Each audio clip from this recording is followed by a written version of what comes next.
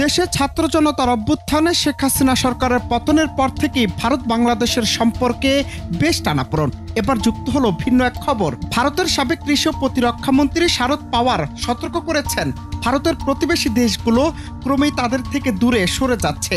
পাকিস্তান থেকে শুরু করে নেপাল, বাংলাদেশ, শ্রীলঙ্কা ও মালদ্বীপ পর্যন্ত ভারতকে ঘিরে বিরূপ মনোভাব তৈরি হয়েছে। তার ভাষ্যমতে প্রতিবেশীরা তাদের পছন্দ করছে না এবং পরিস্থিতি এমনভাবে খারাপ হচ্ছে যে মোদী সরকারকে তা গুরুত্বের সঙ্গে নিতে হবে।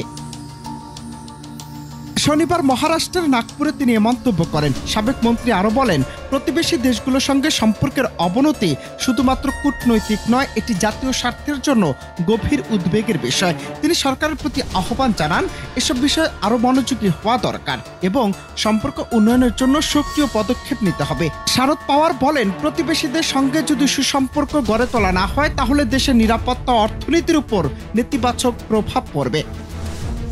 একই সময় শারদ পাওয়ার যুক্তরাষ্ট্রের প্রেসিডেন্ট ডোনাল্ড ট্রাম্পের ভারতীয় পণ্যের উপর 50% শুল্ক আরোপের বিষয়টিও উল্লেখ করেন। তিনি বলেন, ট্রাম্পের এই শুল্ক আরোপ আসলে চাপ দেওয়ার একটি কৌশল। এই পরিস্থিতিতে দেশের মানুষের একজোট সমর্থন জরুরি। তবে ট্রাম্পের ব্যক্তিগত বৈশিষ্ট্য নিয়ে তিনি জানান, ট্রাম্প কাজ করার সময় আবেগপ্রবণ এবং স্বতঃস্ফূর্ত সিদ্ধান্ত নেন, যা নিয়ন্ত্রণ করা যায় না।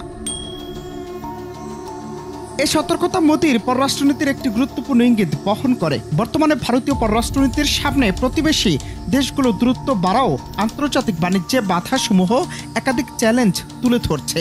তাই আগামী দিনে ভারতকে প্রতিবেশী দেশগুলোকে কাছে আনার পাশাপাশি বৈশ্বিক পরিসরে আরও সক্রিয় ও সুবিচারমুখী কূটনীতির প্রয়োজন রয়েছে বলে মনে করা হচ্ছে। অনন্ত হাসান মাসুদ, বাংলা টিভি।